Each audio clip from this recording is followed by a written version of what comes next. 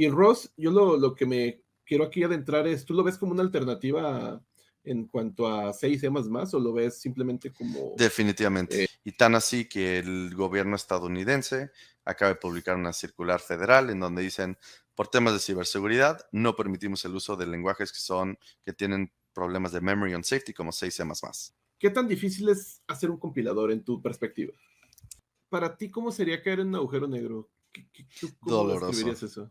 ¿Qué tal? Mi nombre es Héctor de León. Bienvenidos nuevamente a este podcast llamado Raw Radio. Si no sabes de qué va, pues aquí hablamos con personas interesantes que están relacionadas a la tecnología. Esta vez es histórico. Nunca he hablado en mi vida en este canal con un físico. Entonces, va a ser interesante este programa, este podcast. Recordar que ustedes nos pueden apoyar dándole al botoncito ese de me gusta, ayuda bastante. Dicen que no, pero ¿cómo no? Sí, sí ayuda bastante. Comentar, decir lo que quieran en la caja de comentarios. Las redes del invitado están en el primer comentario, en la descripción. Y bueno, ya saben, vamos a comenzarle. Y bueno, espero que les agrade este episodio. Quiero darle la bienvenida a Miguel Raz. ¿Cómo estás, Miguel? Muy bien, muy emocionado de que al fin se llegó. Por fin. No, y de hecho, yo ya había invitado a Miguel hace tiempo, nada más por una u otra cosa, pues yo no había podido y también, bueno, él ahorita ni siquiera anda en el país, no sé dónde ande, pero bueno. Estoy preparándome para la conferencia del JuliaCon en Boston. Y sí, estoy con unos amiguitos yendo al Julia Lab, Y que de hecho es ahorita voy a hablar un poquito de Julia. Si usted no sabe qué es Julia, pues ahora lo va a saber, que aquí tenemos a un referente de Julia. Y sobre todo a mí también me causa curiosidad sobre eso, ese lenguaje de programación, pero ahorita ya adentraremos. Pero antes, las personas que no te conozcan, ahorita, ¿qué es lo que haces, Miguel? ¿Qué te dedicas? Entonces, yo empecé a hacer muchos proyectos de open source. Ahora profesionalmente me dedico a enseñar Rust para mi vida diaria y para una compañía basada en Berlín que se llama Faro Systems, que para la gente que le interese Rust, probablemente hay un compilador que les interese que se llama Ferrocene, pero si no, después platicamos. Sí, claro. Y antes de eso yo me curtí, digamos, programando con la comunidad Julia en temas de cómputo alto rendimiento. Entonces, alguien tenía un codiguito que multiplicaba unas matrices o que calculaba una ecuación y decían, oigan, ¿por qué se tarda 600 milisegundos? Y entonces pues, yo me pasaba de ocioso con los amiguitos y decía, oye, lo bajé a 300. Y llegaba alguien y decía, uy, lo bajé a 100. Y luego llegaba alguien y dice, yo lo tengo en 2 microsegundos. Y así, no. Sí, hay gente muy, muy, muy atascada de código rápido en Julia y pues, no sé, como que se volvió obsesión y luego fui a las conferencias, pa- hice algunos proyectos, tutoriales, material educativo en español, está todo en mi blog y este canal de YouTube. No le he dado, le tengo que dar un poquito de amor, pero sí. Y cuando no estoy trabajando, estoy estudiando la carrera de física en la UNAM. Y ahora, en ese punto, ¿tú cómo llegaste a lo que eres ahorita? Me refiero a, sobre todo, eres físico, ¿no? O sea, me refiero a, Todavía no, todavía no, estamos en estás eso. estudiando. Pero ¿por qué te nace estudiar física? Eh, por preguntón, la verdad. Este, la neta, ¿no? O sea, me acuerdo en segunda de primaria que te dicen como, bueno, están los planetas y entonces está un planeta más grande y entonces tiene más, ¿no? Así como que tiene más gravedad. Y yo así como, ok, pero ¿por qué jala la gravedad? Y me dijeron, ¿quién sabe? Vete tú a saber. Y desafortunadamente todavía nadie me ha podido responder por qué jala la gravedad y no a veces empuja. Pero lo preguntó, nunca se me quitó. Desde chiquito que podía hablar, mi mamá se volvía loca porque yo así, ¿por qué? ¿Por qué? ¿Por qué es esto? Entonces, en el mejor de los casos, a la gente como que ociosamente preguntona, que le gusta responder sus dudas, como que los conducen a aprender mates y a aprender física. Nada más, preguntar por preguntar si es desquiciante, pero preguntar y hacer experimentos y calcular algo, física. Entonces, sí, no sé, como que me salió muy natural acabar ahí, creo. ¿Antes estudiaste otra cosa? No, fue física, nada más. Dentro de física he pandeado mucho. En algún momento como que estuve aprendiendo solo mates puras, luego como que me salí a trabajar, luego regresé, me empecé a clavar puras cosas de programación y luego no soy la primera ni la última persona que Julia de repente ha distraído a no titularse, porque estaba demasiado interesado en sacar código rápido. ¿Y cómo llegaste a la programación? Yo, este, hay varias. Tomé un curso muy chafa de programación con HTML en prepa. Eso nunca jaló, nada más fue trámite, nunca, no le agarré la maña. Luego tomé unos cursos en la Facultad de Ingeniería de la UNAM con Proteco, shout out a Proteco, de Fortran y C, porque hay un profesor de mi facultad que dijo que si querías entrar a su rama, y es lo que yo quiero, que se llama Relativa Numérica, dijo, tienes que aprender bien inglés, Linux y Fortran. Y yo dije, va. Entonces encontré unos cursos de verano y no le agarré la onda. Entonces como que me senté después en una Navidad con mi laptop y googleé así como cómo aprender a programar y encontré un libro que se llama Learn Python the Hard Way de Zed Shaw, algo así, y decía, a ver, agarra este comando, anótalo en tu libreta 10 veces. No, en serio, anótalo. Y entonces ahí va yo como que... Entonces, como que aún recuerdo todavía como que ese fue el primer momento en donde sí vi como que le decías a la terminal como, oye, mueve todos estos archivos. Y cuando le pones como move asterisco archivos y se movieron 500 al mismo tiempo, y dije, oh, como que es muy tonto, pero los ejemplitos en terminal sí me dieron como una pizquita de la magia de el robot es mío, puedo hacer que haga lo que yo quiera, sí. Eso, eso ¿Y estuvo cool. te empezaste entonces, ya no le seguiste con Python? No, como que esos fueron como que los inicios y luego el gran salto fue cuando mi profesor David Sanders en la carrera me dio el curso de física computacional y nos dijo, oigan, Fortran, ya no, aprendan Julia es el futuro. Y yo le dije, no. Entonces, de todas maneras, ahí tomé el curso de Fortran y luego nos dijo que habían personas de la comunidad de Julia en foros en línea. Entonces, pues, no sé, un día llegué a los foros y les dije algo así como, oigan, ¿cómo hago 2 más 2? O sea, literal algo súper básico. No había jalado mi instalación, no sé qué, no me salía. Y pues encontré un foro de Slack, ¿no? Que sigue existiendo, es el foro de Julia. Y les dije como, ay, ¿cómo hago 2 más 2? Y me respondió un cuate con un sombrero de vikingo así con los cuernos. Así como, por cierto, pícale aquí, no sé qué. Y pues creo que con eso debería estar. Pero bienvenido, ojalá te la pases bien. Y yo, qué buena onda, ¿no? Alguien con un cuate de sombrero de vikingo. Y pues, meses después me enteré que Stefan Karpinski es uno de los creadores del lenguaje. Y a veces responde dudas de, oye, ¿cómo se hace 2 más 2? O cómo defines una función, o cómo haces una función anónima. O sea, en serio pasa, ¿no? O sea, uno de los Sí. súper grandes gurús y están como, oye, ¿qué onda? Bienvenidos, ¿no? Aquí hay agüita, dudas por allá, aquí está la gente de no sé qué, pásenle, pásenle. Y entonces como que se me hizo, es un contraste tan grande entre como que la gente con apellido importante en física y la gente con apellido importante en ciencias de la computación, en proyectos, porque así como, ay, pues quieres colaborar con un Einstein o con un Feynman o algo así. O sea, son nombres que están en Sí. edificios que todos saben, no sé qué. Y es como, ¿quieres contribuir a eso? Échate 8 años de tu vida aprendiendo mates, física, tal vez te aceptan un paper, publicar, o sea, entrarle a toda una carrera a la academia. Y en cambio, y tal vez, y llegas en algún momento te voy a tocar un auditorio donde estuvo alguien con un apellido importante. Y en ciencias de la programación es, esta persona es súper cool, está en este foro, puedes llegar y le das, preguntas una duda y pues, chance puedes ayudar, colaborar en el proyecto. Siempre falta más documentación, siempre le puedes agregar una nueva estructura de datos, siempre. Pero sí, chamba hay, sí, pégale, ¿no? Pícale, si quieres. Y ya mandaste un poquito de código, ya contribuiste, ya eres parte de. ¡Pum! Entonces, como que esa diferencia de este. Comunicación, ¿no?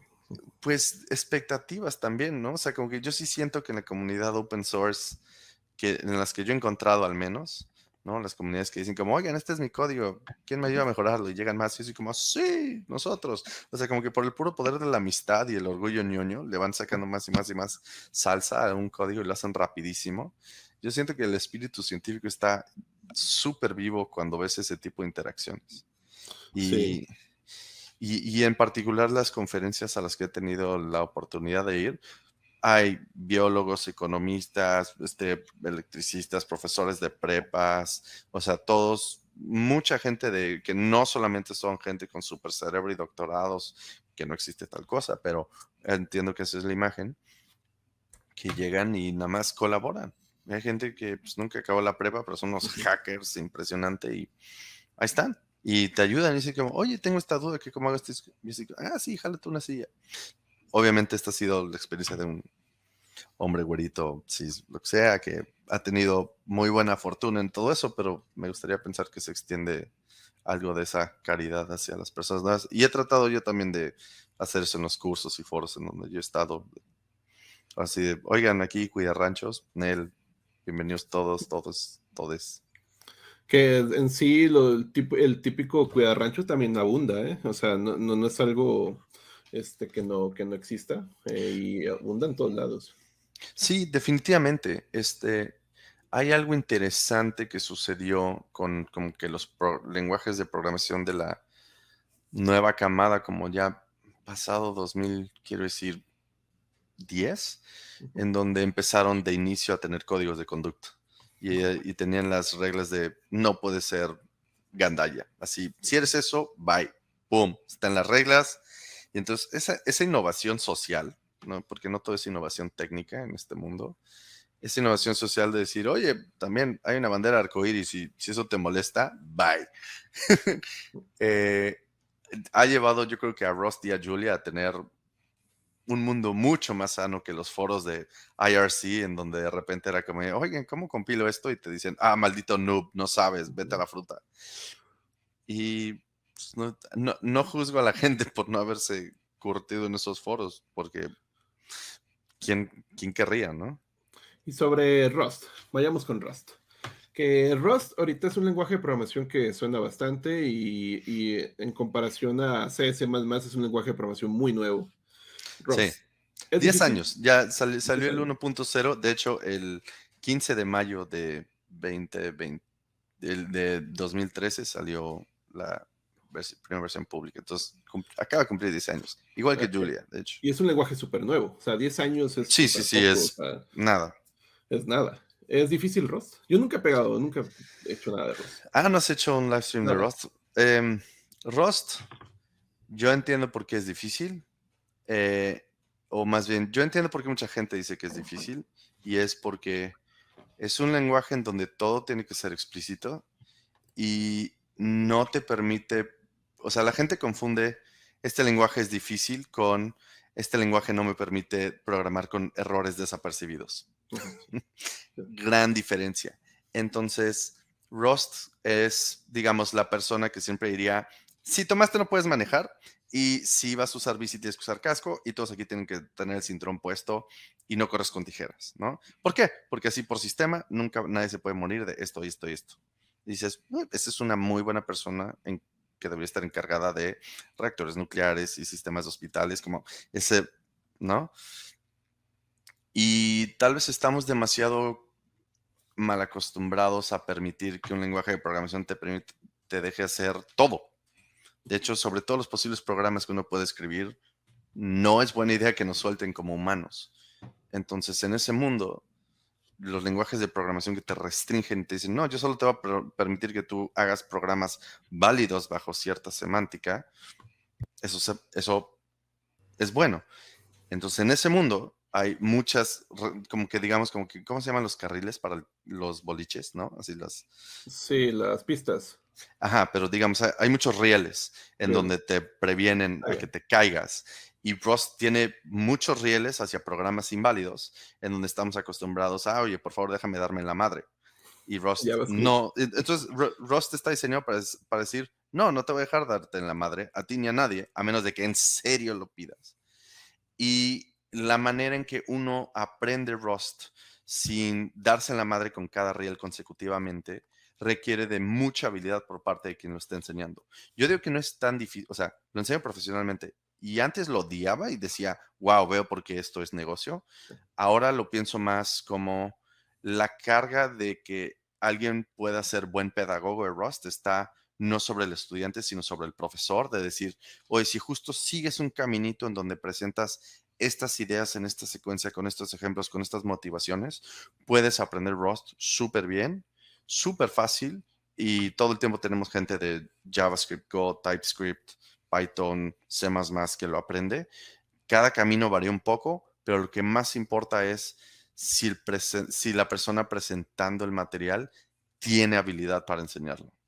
A mí lo que me causa un poco de conflicto, y yo creo que es parte de lo que es la esencia de Rust, es que no tenga excepciones. Es decir, por eso lo que mencionabas, ¿no? Que si quieres cagarla, la tienes que hacer obligado. O sea, sí. Entonces, parte del esfuerzo, entonces vamos a explicar un poco qué significa eso. Una excepción es una manera de tú poder introducir un mecanismo de lógica no local Ujú, para el manejo de errores, ¿no?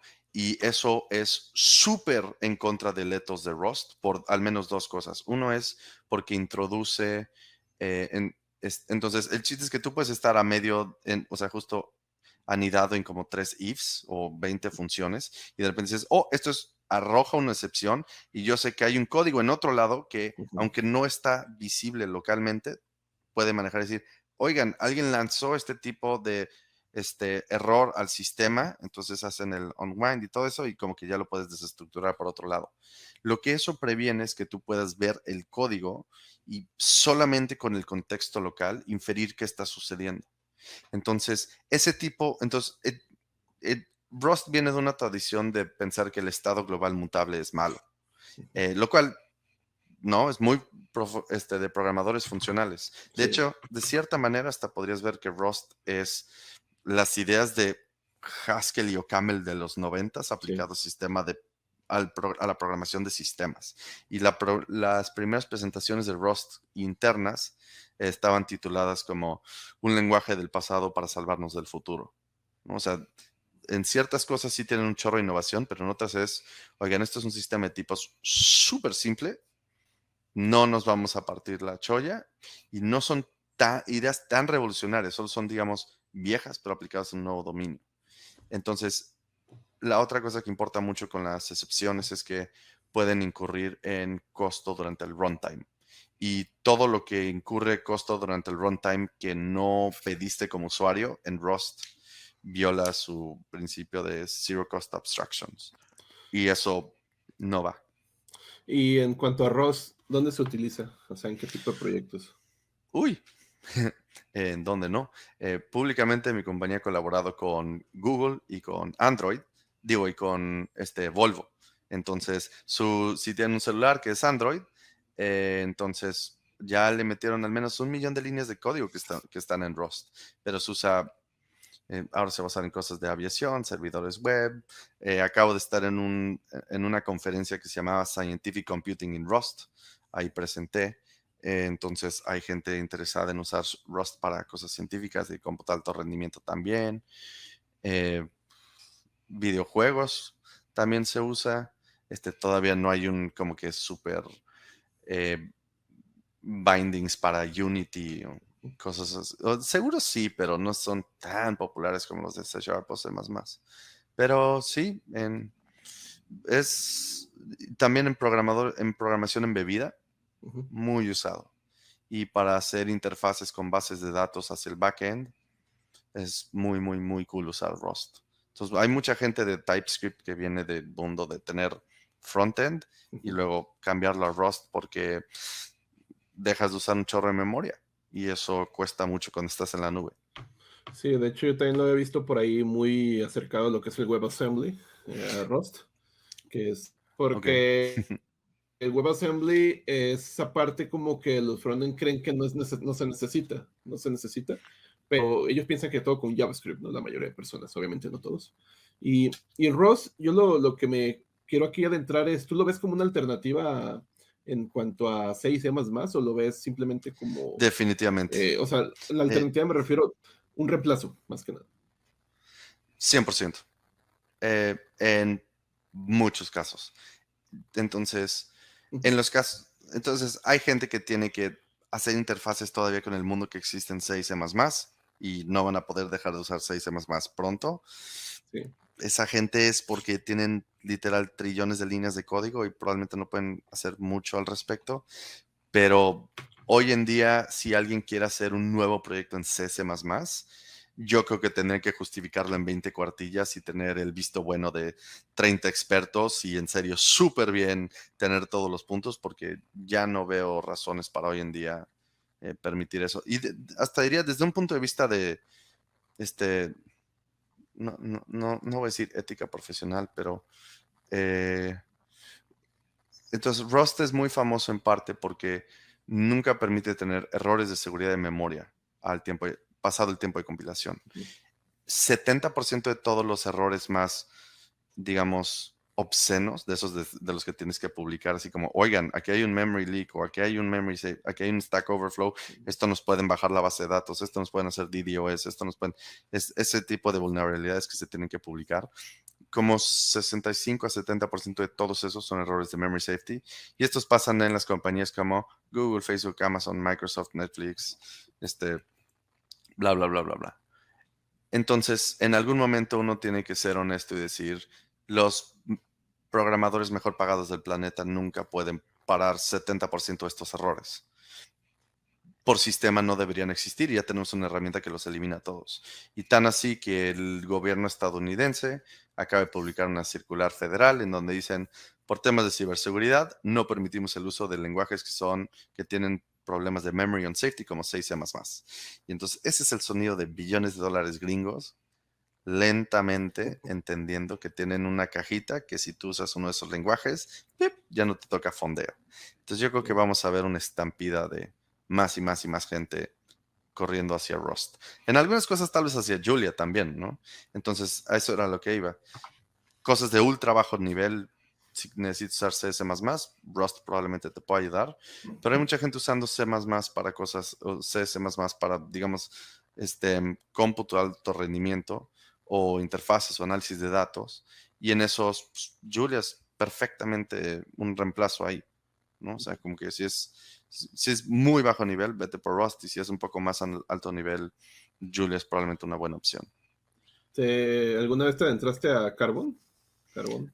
Entonces, Carbon todavía no es público per se, Ujú. ¿no? O sea, me encantaría saber qué va a suceder en ese mundo, si jala, si no. Digamos como que en la apuesta de, o sea, justo viendo el mundo como si tú y yo fuéramos Google, tenemos 20 millones de líneas de código en C++, Ujú. si no es que más, y estás harto de sus C++. O sea, tan estás harto que ya has invertido a esta altura, antes de hacer Carbon, que es, digamos, al menos algunos millones de dólares en términos de salario pagado a estos ingenieros durante un año. Para el momento en que lo anunciaron ya tenían al menos como un año de trabajo. Entonces el chiste es que tú ya invertiste no solamente millones de dólares en Carbon, pero también ya habías invertido millones de dólares en construir herramientas para poder migrar desde C++ hacia cosas en Rust. Entonces Ujú. hay paqueterías que se llaman ICU4X o algo así, que permite hacer los puentes entre Rust y C++. Entonces estás partiendo de, ya no tolero C++, y hay algunas veces donde dices, vale más la pena empezar desde cero y construir un puente de regreso. Entonces ese es como que el camino vía Rust, ¿no? Con ICU4X. O a veces estás diciendo, ¿sabes qué? Estoy harto de C++, pero vale la pena empezar desde C++ y construir un puente amable hacia otro lado. Y esa es como que la idea de Carbon, más o menos. Todavía no existe como gran producto y dada la gran historia de Google para matar todo lo que no es Gmail y Google Search, creo que hay que tener un poquito de paciencia con cualquier gran proyecto que anuncie Google porque hay una dinámica interna interesante de cómo uno consigue mejores puestos dentro de Google. Y eso es haciendo cosas nuevas, no manteniendo cosas viejas. Entonces, los sistemas internos de Google promueven a que la gente haga un chorro de features y luego los tengan que matar después cuando esa persona ya consiguió demasiadas promociones y se fue. Ujú. Entonces, si ustedes extrañan su Google Reader o Google Wave o Google Plus, es en parte por el sistema de incentivos internos de Google que no premia que la gente se quede a hacer mantenimiento. Y en cuanto a personas que quieran comenzar con Rust, ¿qué les recomiendas? Recursos, dónde ir. El libro de Rust de la Universidad de Brown, de hecho lo tengo, dame un segundito. Sí, claro, igual lo ponemos en la descripción, no te preocupes. Book, Rust Brown Book. Esa es la versión que más me gusta. Normalmente te dicen, lee el libro de Rust. Y esa opción no me gusta. Digo, desafortunadamente también les tengo que dar recursos ahorita en inglés. Hay un canal de Telegram que se llama Aprender Rust en español, que es alguien que está liderando, se llama, creo que Pablo, en España. Está liderando canales para aprender Rust. Hay una versión del libro en español. Entonces el libro es como que el recurso en donde le dices a todos, vayan y aprendan. Si no, donde yo aprendí fue Exorcism. Está Rustlings. Rust. Ajá. Lo estoy poniendo ahorita en el chat. Y luego Exorcism. Sí, claro, igual. Obviamente, estos son recursos gratis. Y voy a explicar por qué me gustan los dos. Rustlings es una plataforma donde tú descargas como que todo el repositorio y luego le pones, digamos, como cargo run. Y entonces la terminal te va dando feedback de qué tantos ejercicios has resuelto, sobre todo los que bajaste. Entonces eso como que te permite entrar un poco al ciclo de, oye, qué tanto puedes interactuar con el compilador, qué tanto feedback te puede dar. Entonces es muy raro, no era hay un gran contribuidor de Rust que se llama Esteban Kuber, es un argentino. Está en Amazon ahorita. Y tiene una plática bien cool en donde dice, tal vez en vez de haber pensado que deberíamos tener un compilador suficientemente avanzado, debemos tener, nunca hemos tenido un compilador suficientemente empático, ¿no? O sea, como que nunca tenemos un compilador que verdaderamente se preocupe por cuál es la experiencia de programar. Entonces, los errores en Rust famosamente son una calidad inigualable, en parte por el trabajo de Stefan y de muchas otras personas como él, que se han dedicado a decir, oye, sabemos que Rust es muy difícil, sabemos que estamos vendiendo una idea nueva, tenemos que hacer esa transición tan fácil como sea posible. Y una de esas inversiones fuertes fue en cómo se comunica uno con el compilador. Entonces, si tú tienes un hola mundo que no funciona en Rust y se te olvida un punto y coma, muy amablemente te dice, oye, creo que se te olvidó un punto y coma aquí, si lo pones, ya va a funcionar tu código. Oye, se te fue aquí un match option, no sé qué. Entonces te va a decir amablemente, te faltó este caso. Oye, por cierto, te faltó este caso. Y te lo pone con colorcitos y diagramitas de ASCII súper bonitos. Entonces, la relación que uno tiene con el compilador para estar programando ya deja de ser un en donde te castiga por todos los errores y más bien eventualmente, porque no te voy a decir que al principio todo es rosas, porque sí tienes que cambiar un poquito cómo piensas, pero sí te empuja hacia tener retroalimentación hacia qué tan correcto es tu diseño del programa. Entonces, como que llega un momento de zen en donde uno puede decir, oh, el borrow checker me está moviendo en esta dirección, voy a fluir para allá. Hay veces en donde llora sangre un ratito. Pasa, porque Rust te dice, tu programa no es bueno y no va a funcionar, y tú, pero funcionaba en C, y te dice, sí, porque pues vale. Ya, pero Sí, acá no, acá que tienes que ponerte las reglas que yo te doy, ¿no? sí, y de hecho me pasó, tomé un curso de programación paralela en la universidad y saqué 11, ¿no? Fui súper feliz, fue el más matado. Y agarré todos mis códigos de C y los trataba de pasar a Rust. Y no funcionaban porque me decían, es que no puedes garantizar que no tienes una condición de carrera aquí. Y yo, pero funcionaba. Saqué 10 en la clase, ¿no? Así como de, y jaló en todos los ejemplos. Y es como, sí, pero no sabes que siempre va a jalar, ¿no? Así como de, Todos los escenarios. no lo puedes garantizar, entonces no te vas a dejar tener ese código. Y yo así como de, y amablemente me tuvieron que explicar que como casi todo el código que hice para ese curso no era necesariamente correcto y yo decidí. En el ego, en el ego del programa. Pero entonces, y de hecho creo que es algo interesante, ¿no? Porque hay recursos, entonces faltan unos en español, lo siento mucho. Hay para gente que viene de TypeScript, hay para gente que viene de Python o C++, lo que sea, pero un gran componente, hasta diría, probablemente el más grande, más allá de habilidad para programar, para aprender Rust, es la humildad ideológica. O sea, el tipo de gente que dice, no, yo puedo manejar pedo, no me digan qué hacer, yo no necesito casco, yo sí puedo así. Y tiene mucho que ver con cierto machismo interiorizado súper raro.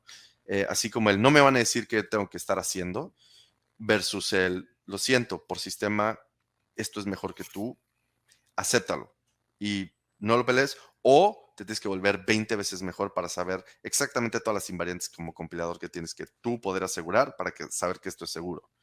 Entonces, como que cuando la gente, hay una minoría de gente que choca con el aceptar que no saben más que este sistema y dicen, "Buah", así les explota la cabeza, se rinden, se van y dicen, y entonces esos son los que acabas leyendo en los foros como, no, Rust no me permite esto, mi. Y no sé, no pueden, se les bota. Y Es interesante, porque sí hay un perfil ideológico bastante particular es la gente que siempre cree en la responsabilidad individual como solución a todo, que si tú eres suficientemente bueno, si puedes, si le echas ganas, bla, bla, bla. O sea, como que es interesante. Los psicología lenguajes del de programador. programación, los lenguajes de programador como ideología son hay no me quiero meter en en el zodiaco de eso, pero eh, hay algunas cosas que riman y me dan risa. En cuanto a Julia. Julia, yo te aseguro que muchas personas que ahorita están escuchando este podcast no tienen ni puta idea de qué es Julia. ¿Qué es Julia? Ninguna.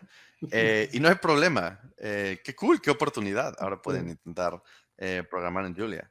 Julia también en el sitio de Exorcism funciona, pero es en, sí, julialang.org. Entonces, Julia Lang es un sistema que fue, digamos, nació para matar MATLAB, para la gente que ha escuchado así en MATLAB en algún momento, pero hoy en día es un lenguaje de programación en general, lo pueden usar para todo lo que usarían Python también, o sea, y es al menos 50 veces más rápido que Python en todo, al menos. De hecho, es un lenguaje de programación que se ve como dinámico, pero de hecho es compilado.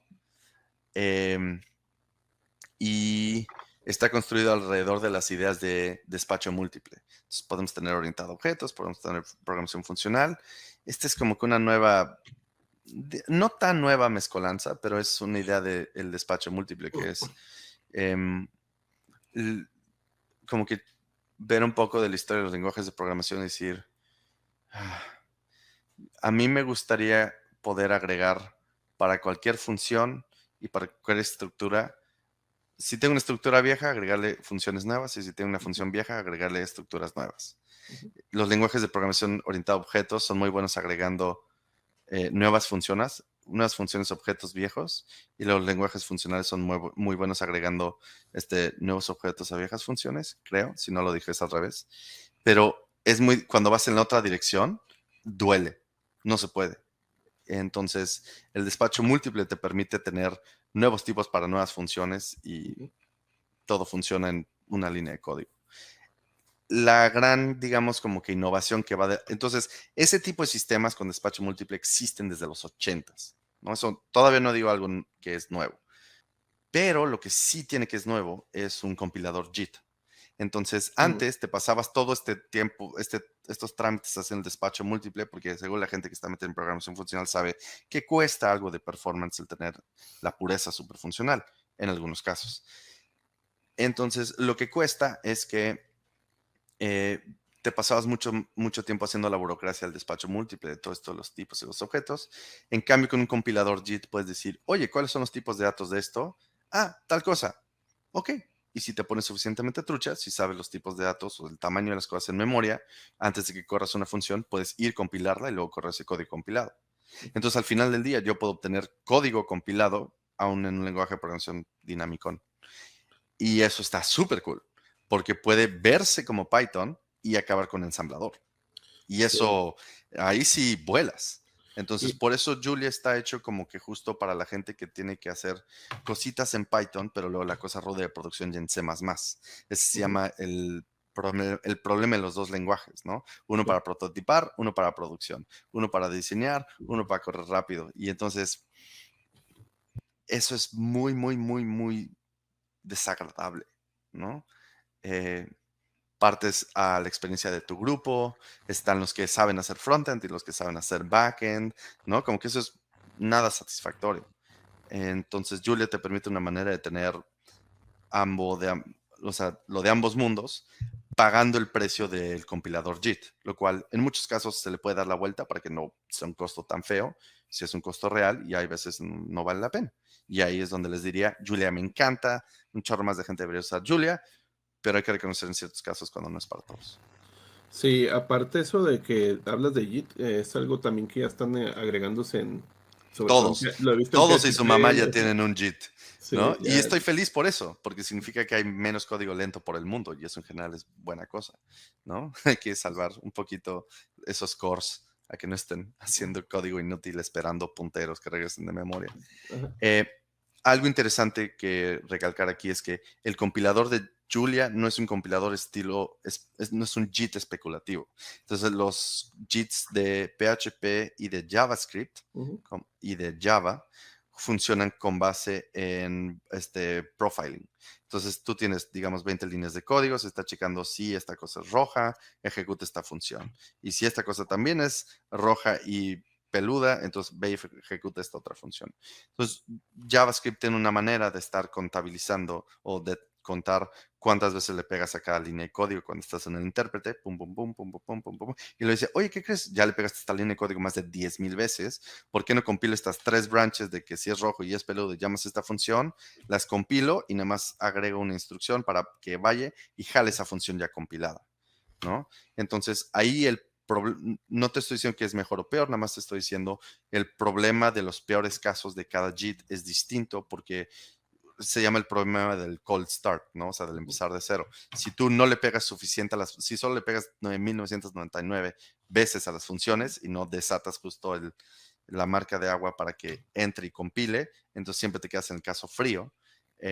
Y ese es particular los JITs especulativos. En el caso de Julia tú te puedes pasar mucho tiempo compilando funciones que solo usas una vez porque funciona la primera vez que lo usas. Y también la compilación solo funciona con base en funciones. Entonces, la gente que no sabe escribir las cosas en funciones, de repente dice, ¿por qué es lento mi código? Me lo vendieron como rápido. Y le dices, mételo en una función. Ujú. ¿Y por qué te decidiste a meter a Julia? O sea, a pesar de que quieras o no, es un lenguaje muy desconocido. Es muy hipster. Ajá, es muy hipster. Es una opción muy hipster, sí, lo reconozco. En mi facultad no es tan hipster. En mi Ujú. facultad es probablemente lo más normal, ¿no? Hay algunos intensos, pero sí, hablando con 99% de la gente de programación que yo conozco en México, es como, ¿qué? ¿Que ¿Qué Julia? es ¿Qué? eso? Y se vale, ¿no? Sí entiendo como, o sea, yo en algún momento dije, o sea, yo soy un físico que le empezó a gustar programar y tuve que entender que no iba a ser bueno en cosas de ciberseguridad o en cosas de web o en muchas otras cosas o en bases de datos. Y no hay problema, ¿no? O sea, yo entendí, hay una gran demanda por gente que quiere correr código muy rápido, muy especializado y de muy bajo nivel y yo puedo hacer Ujú. eso en Julia como en ningún otro lenguaje. Eh, entonces, perdón, tú me preguntaste que cómo empecé. No, ¿por qué? ¿Por Por... qué? Porque la verdad fue por la comunidad, porque hice buenos amiguitos y porque era divertido y porque yo veo el futuro en muchas cosas de Julia y porque todo el tiempo están sacando proyectos loquísimos y súper divertidos. Eh, en Julia es muy fácil agarrar tu mismo código y que corra en un GPU. En Julia es muy fácil tener tu mismo código y que corra en paralelo. En Julia es muy fácil tener 50 líneas en C++ y que sean 3, ¿no? Entonces, también hay muchos temas de programación funcional y de programación de alto nivel, el cual es un demo que tengo preparado para ti, porque recuerdo que tienes un video que se llama retos de programación para un junior, y Ujú. entonces vas contando las palabras o cuánto se repite un carácter o separando por palabras, y todos esos me salen en Julia en una línea y rápido, porque también puedes ver el código ensamblador. Entonces, si quieres ver eso después, está muy cool. Claro, Entonces, claro. hay una parte estética de, oye, se ve bonito el código. Oh, wow. Hay algo que llamamos el factor sonrisa, Ujú. ¿no? Así cuando hay dos cosas en Julia que dices, yo creo que esto deberían, ¡ay, funciona! ¿No? Así justo cuando tienes esa idea de, oye, ¿se puede enchufar esto? ¿No? Y dices, yo creo que, y lo intentas y funciona y dices, wow, esto está muy cool. Pero la otra específicamente es porque también este modelo de despacho múltiple de cómo diseñar software se presta muchísimo a cómo se piensa como científico, pero específicamente también en términos de álgebra lineal numérica. Entonces, muy poca gente sabe de programación de matrices Sí. estructuradas, ¿no? Muy específicamente, pon tú, si tienes una matriz diagonal por una matriz diagonal, multiplicarlas te toma tiempo lineal o n. Sí, claro. Ujú. Si tienes dos matrices densas, te toma tiempo cúbico.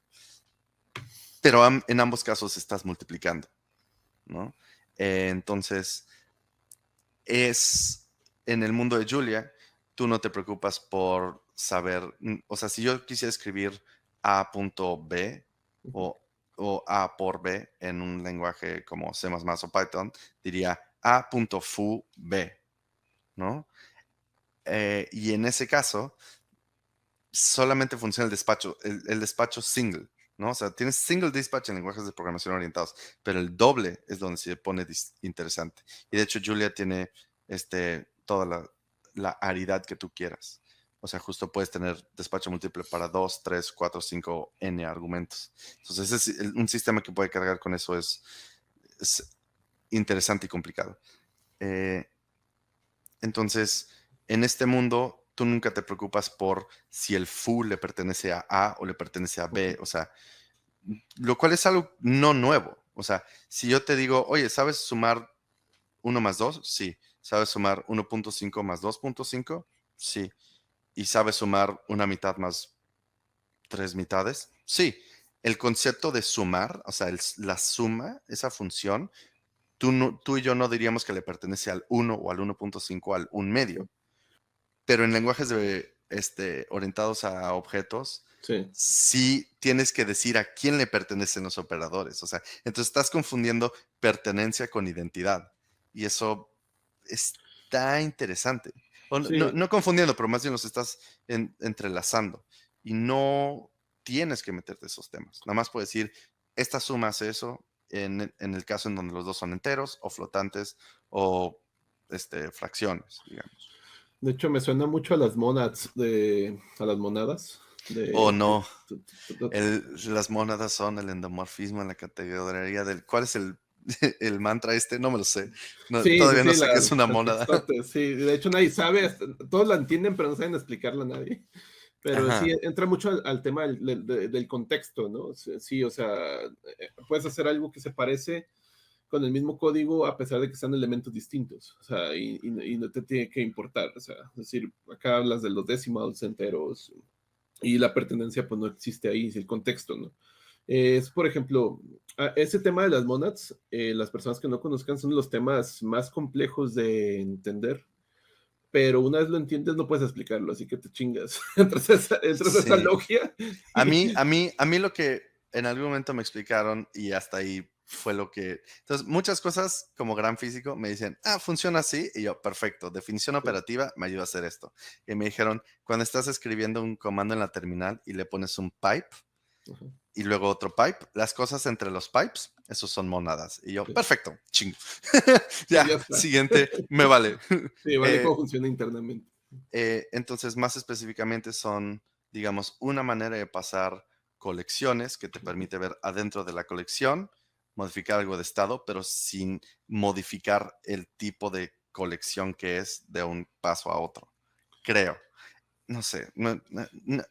Yo conozco a legiones de programadores legendarios y nadie ha tenido que saber que es una mónada. Pero No, el meme claro, es muy chido, es un gran meme para decir sí. que es una mónada. No, y de Eh, hecho se utilizan mucho en todo el tema, como dices, tema de colecciones, los que tengan en programadores de C Sharp van a encontrar mucho, si van al código fuente de lo que es LINQ, link, van a encontrar ajá. muchas monadas, van a encontrar muchas, Entonces, muchas. yo creo que tal vez sí es útil saberlo para la gente que está escribiendo bibliotecas que van a Ujú. consumir los demás. No sé si como usuario los necesitas tanto.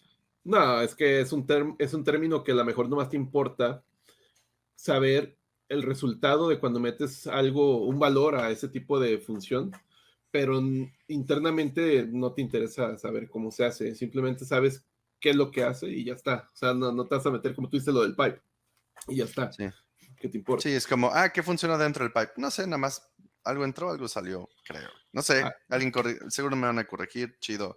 No las necesito todavía nadie. y todavía no le sufro.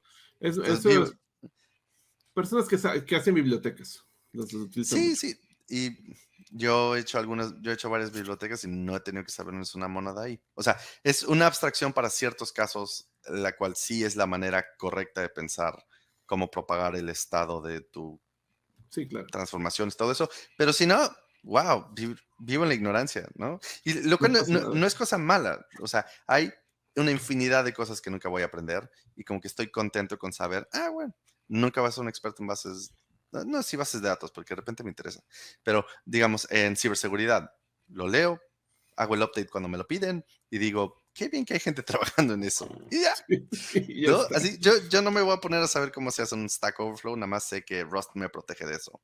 ¡Tada! Sí, y eso está bien, eso que mencionas es bueno porque también tú tienes que decidir qué es lo que es útil para ti en tu Sí, contexto de habilidades.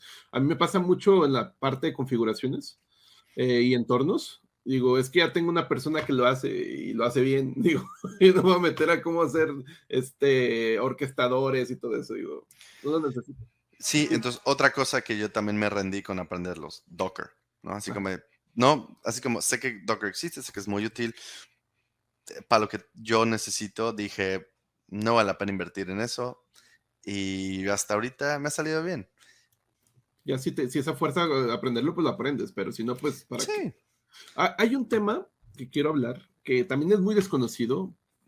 Por eso te quería traer, porque hay muchos temas que tú conoces que a veces se ojalá. desconoce, porque todo en YouTube es desarrollo web, que el JavaScript, que pura mierda eso. Pero hay temas muy interesantes, entonces, sobre todo en lo que respecto a ciencia computacionales, compiladores. Hay un tema que Eh, tú conoces llamado Low Level Virtual Machine o sobre LLMVM, que es sobre compiladores. Pero antes de eso quiero saber, ¿qué tan difícil es hacer un compilador en tu perspectiva? pues uno chafa, muy fácil. Entonces, Esa es la respuesta correcta, ¿no? Entonces, definiendo términos, un compilador te permite agarrar código en un lenguaje de programación y emitirlo en otro lenguaje de programación. ujú, Creo que no me sé bien la diferencia entre un transpilador y un compilador, y de hecho tal vez es histórica la diferencia, pero el chiste es que agarraste algo en lenguaje A y acabó en lenguaje B, ujú, y con suerte fueron transformaciones correctas, lo que significa eso. Em, Normalmente, cuando la gente usa el término compilador, se refieren a agarrar lenguajes en más alto nivel e irlos transformando después de ciertos pasos o ujú. capas para que acaben en muy bajo nivel. Entonces, el chiste es acabar ni siquiera con ensamblador, sino con código en bytes, ¿no? Así de, esta instrucción ocupa 3 bytes para sumar tal cosa que estaba en tal registro. Entonces, está el lenguaje que nos ayuda a comunicarnos entre humanos, alguna representación un poquito menos amable para humanos, que ya no está hecha para humanos, otras cosas que están hechas para que se consuman por algoritmos, y luego otras que están hechas para que den instrucciones a la máquina, que es el ensamblador, y luego, digamos, código de máquina para que sepan qué operaciones hacer, ¿no? Entonces, entre lo que nosotros leemos así de print line hola mundo, hasta hace este syscall habiendo puesto 13 bytes en este registro, eh, hay 7 capas. Hay al menos, digamos, como 6 o 7 capas que vale la pena tener en la cabeza, ¿no? Primero haces un lexing y parsing, construyes un árbol de Ujú, sintaxis. Después del árbol de sintaxis, haces algún tipo de análisis de tipado. Oye, ujú, no puedes sumar una cadena y un número. Normalmente eso no ujú, lo va a permitir en Rust o algo así, ¿no? Y digamos, una vez que pasas algún tipo de análisis semántico y empiezas a ujú. hacer transformaciones de optimización. Entonces, y escribiste 2 más 2 por todos lados. ¿Por qué a lo mejor solo escribes 4? Para no tener que estar haciendo 2 más 2 un millón de veces. Eso es algo muy bueno. O resulta que aquí definiste X y no lo volviste a usar. ¿Por qué no mejor matamos al X? Ajá, lo Eso se mato. llama eliminación de código muerto. Y por más tonto que suene, es de las mejores optimizaciones que existen. Resulta que puedes matar, en serio, matar código muerto es de las cosas más necesarias. Porque en la medida, entonces no es muy interesante, no la mundo si matas una variable que no estaba ahí, pero a lo largo de una aplicación entera con millones de líneas de código, que se generan más de millones de líneas Ujú. para que lo analice el compilador, si tú eres capaz de matar la mitad, tu compilación es muchísimo más rápida y muchos de tus análisis van a poder propagar esa información. Entonces, como que le vas metiendo más y más salsa y tratas de ver, oye, resulta que esto lo puedes hacer más rápido, este for loop lo puedes ver así, no así. Hay un chorro de doctorados que se han estado sobre analizar for loops y luego ya acabas con ensamblador, ¿no? Así para decir, oye, ¿qué chip tienes? Ah, estás en una Mac en M1, ese es un ARM, ¿no? Entonces, con suerte, tu compilador puede decir, oye, yo me fijé que tú estás en esta arquitectura de ARM, aquí estas son las instrucciones de ensamblador que funcionan, este es tu chip, entonces tú tienes estos registros, ¡pum! Corre este código, debería funcionar. Yo tengo ahorita una x86, entonces en mi x86 me va a decir, este es el ensamblador que funciona para ti. Si estás en un Raspberry Pi o en una PowerPC o en bla, bla, bla, a cada uno, o sea, puede generarle algo de código. Entonces, por eso pregunto, si quieres hacer uno chafa que solo funcione para una sola arquitectura y no haga muchas optimizaciones y no cheque muchas cosas, pues tal vez lo puedes hacer en, no sé, como que 1 o 2 días, ¿no? Digo, de una manera súper Sí, chafa. claro.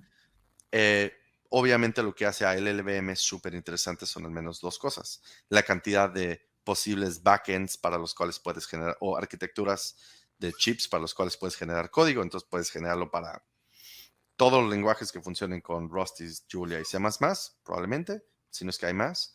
Puedes generarlo, que esté bien o correcto y es otra cosa.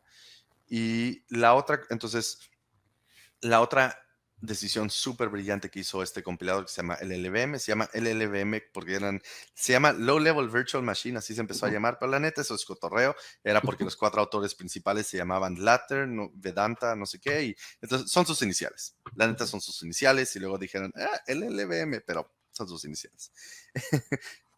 Entonces, lo que hizo súper cool este lenguaje, a este compilador escrito en C++, que ya son trillones de líneas de códigos, es que resulta que todos estos pasos intermedios en donde dices, oye, ese for loop puede ser más rápido, puedes matar ese código, pues no sé qué, todos esos pasos de optimización, resulta que no tienes que saber el lenguaje que consumiste de inicio.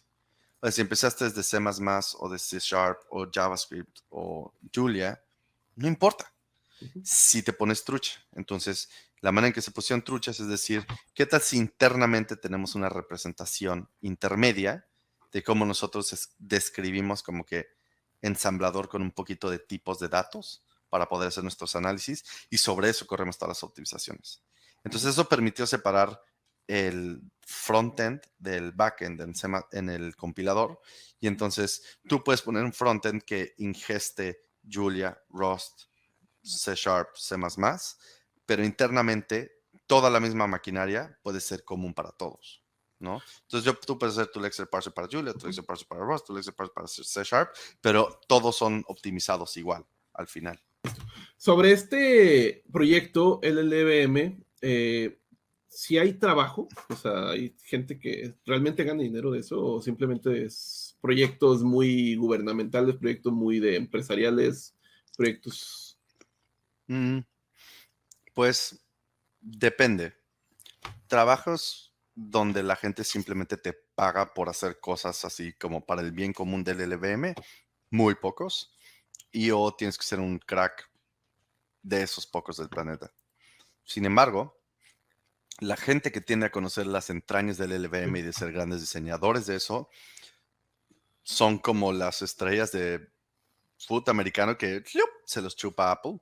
Y de hecho, Apple ahorita tiene un dominio sobre la gente que es competente en el LLVM y te pueden jalar para muy buenos puestos. Entonces, no soy la persona para tener la opinión profesional porque todavía no,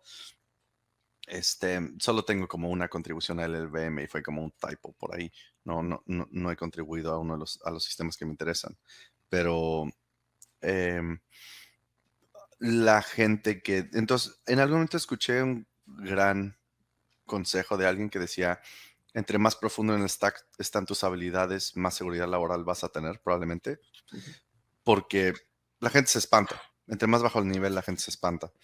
Y los que tienden a entrarle a la parte más dolorosa o rebuscada de los compiladores tienden a encontrar que hay gente que dice, oye, yo necesito construir sistemas más complejos, interesantes y que sean rápidos.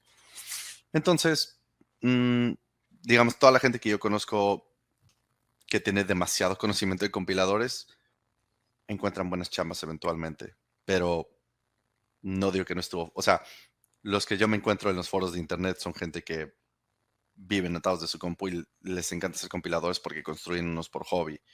O entonces, no es como si dices como, bueno, ya sé picar estas 3 cosas.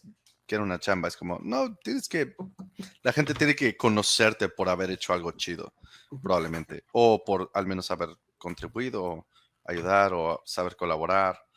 Hay muchas maneras de entrarle, no solamente es yo solito soy ingenio. De hecho, probablemente eso sería un detrimento, es mucho más. Yo entré a esta comunidad, aprendí cómo funciona este código, entendí cuáles eran las prioridades, que algo valía la pena hacerse, me comuniqué con gente, comuniqué estas metas, empecé a trabajarlo, me tropé con todos estos obstáculos y les fui dando la vuelta poco a poquito, iba comunicándome y eh, así pude resolver este problemita, ¿no? Y eso es importante porque lleva estas cosas, como que es muy distinto creer que como que te va a llegar la iluminación divina y vas a poder ser el dios de compiladores y mucho más tú tuviste la paciencia, el temple y pues, la capacidad para entender cómo funciona una comunidad técnica, cómo Sí. comunicarte y desarrollarte ahí y cómo llegar y pues poder colaborar dentro de lo que tú puedes aprender, dentro de lo que tú sabes y que pudiste aprender. O sea, porque todo el tiempo la gente que entra en estos rubros es de, oye, pues no sé qué es un Lexer, pero pues bueno, ya me toca. Entonces le dicen como, lee este post y por ahí vas. Y dice como, ok, y entonces emergen 3 semanas después como, ok, no me funciona ese post, pero leí estos otros 2 libros y estos 3 papers y luego ya implementé esto y pues sí corrió y bueno, va. De hecho, había un error aquí, ¿no? Entonces, es muy gente. Entonces, eso como que he encontrado que es probablemente lo más eh, similar de como que mi experiencia por querer aprender Julia. Definitivamente hay un espíritu aventurero y de yo quiero averiguar las cosas de la gente que tiende a sobresalir en esas áreas. No te voy a decir que yo soy sobresaliente, pero de que comparto al menos el espíritu de me voy a meter a los fierros. No sé, Sí. bueno, va, le entro. ¿Qué es esto? Ni idea, pero vamos a ver qué se puede hacer. Versus mucha gente que es de, no, pues sepa la que es eso y pues, no, ahí me quedé. Es muy fácil que ciertos lenguajes de programación como que promuevan esta es magia negra y ya nunca vas a saber. Julia como que tiene unas capacidades muy cool para poder, digo, si quieres, ahorita pasamos a demo, sin ver qué está entonces hablé sobre cómo los compiladores tienen como 6 o 7 capas, de empezando tu hola mundo y acabando con ensamblador. Julia es trivial ver varias de estas capas y cómo se ve tu código a través de eso. O sea, en menos de una línea de código yo puedo ver eso para cualquier función que defino en la terminal. Entonces eso me hace muy feliz. Y, Porque justo, o sea, yo empecé como un niño preguntón, entonces alguien me decía como, es que el compilador hizo esto. Y yo, ¿dónde? Aquí, mira, fíjale. Y entonces llegaba, te enseñan una manera de cómo llegas y le picas y es como, oh, entonces ya aprendiste una nueva manera de llegar y picarle. Y dice como, oye, ¿tú qué haces? ¿No? ¿Tú qué haces? ¿Tú qué haces? Yo estoy, la neta es porque seguí el niño preguntón y luego te dicen, o sea, lo peor de todo es que te dicen, oye, todo el código está en línea. Todo el código.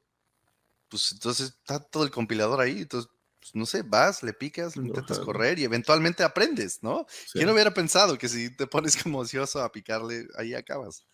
Sí, de Así, hecho, esa parte es bien interesante, que veo que muchos no la consideran. Ahorita estamos en la época de todo querer aprenderlo con un video y creo que hay una de parte menos muy de, interesante, sí, de de menos de cinco 10 minutos, minutos, ajá. justo. Y cuando tienes toda la parte del open source a la mano, tienes toda la posibilidad de ver cómo se hicieron tus cosas que estás utilizando. Es decir, puedes ir a ver el código de .NET Core y ver cómo está funcionando en sí, cómo se hace por ejemplo, un string, ¿no? Cómo funciona el string internamente. Puedes ir a ver en cuanto a cómo se programó esa parte. Y eso es bien poderoso, tener ese poder a la mano de ver todo ese código. Algo que antes era muy difícil. O sea, ahorita que Sí, o tenemos sea, muchos. sí va a haber un antes y un después de cuando todos podemos asumir que el código de todos iba a estar en línea y es como, a ver, búscalo en GitHub, ¿no? Así de, ¿qué dice? No sé, pero a ver, ahí está cómo está escrito un vector y es como, mira, tal cosa tiene un puntero, Y capacidad, aprendes bien machine. longitud. Aprendes cosas, dices, esto, a ver, esto yo no lo conozco, ¿cómo lo hicieron? Ah, esto, palabrita reservada, no la conozco, deja ver qué hace esa palabra reservada. Y entonces, también, igual quiero hacer un hincapié en que definitivamente eso existe, pero, o sea, en parte yo también ahorita estoy aquí porque yo sé que se aprende en comunidad también. Y hasta diría, probablemente lo que nos dicen los antropólogos es, si tú quieres, no sé, ir y saber cuál es la mejor manera de bucear, ve y encuentra a los que son los expertos de buceo y cópiales, ¿no? Ve cómo viven, ve qué comen, ve cómo duermen, ¿no? Y entonces pues, resulta que hay unos humanos creo que es Papua Nueva Guinea, que tienen como unos pulmones hiper expandidos y pueden ver un poco bajo el agua y todo eso. Y entonces te dicen, pues es que si tú hicieras lo que ellos hacen porque lo llevan haciendo siglos, pues aprenderías algo. Entonces, también, no, o sea, no que yo tenga la habilidad para ver todo el código en Julia y escanearlo y decir como, oh, sí, aquí claramente todo esto, ¿no? Porque es como entender un meme a medias, ¿no? Mira, aquí amablemente tengo mi playerita de Chimps, lo amo, pero cuando alguien te enseña un meme de, digamos, para la gente que nos ve desde México, te dicen, bolillito, bolillito para el susto, tú y yo entendemos que eso Sí, pues, claro. tiene que ver con pues, que hemos pasado uno que otro sismo en donde nos espantamos. Y entonces rapidísimo te mandan un sticker del bolillito y la coca, ¿no? Para O bajar el el miedo. cubrebocas de bolillo. Y Ajá. para que tú entiendas el cubrebocas, o sea, el meme de cubrebocas de bolillo, tú tienes que entender los sismos que estaba sucediendo durante COVID y que tenías que escoger entre salir y contagiarte o quedarte y Sí, morirte por el sismo, ¿no? Pero a lo que voy es que tú ahí estás, tú y yo tenemos como que 3 o 4 contextos culturales que nos permiten saber esas cosas. Y entonces por eso ese sticker es chistoso.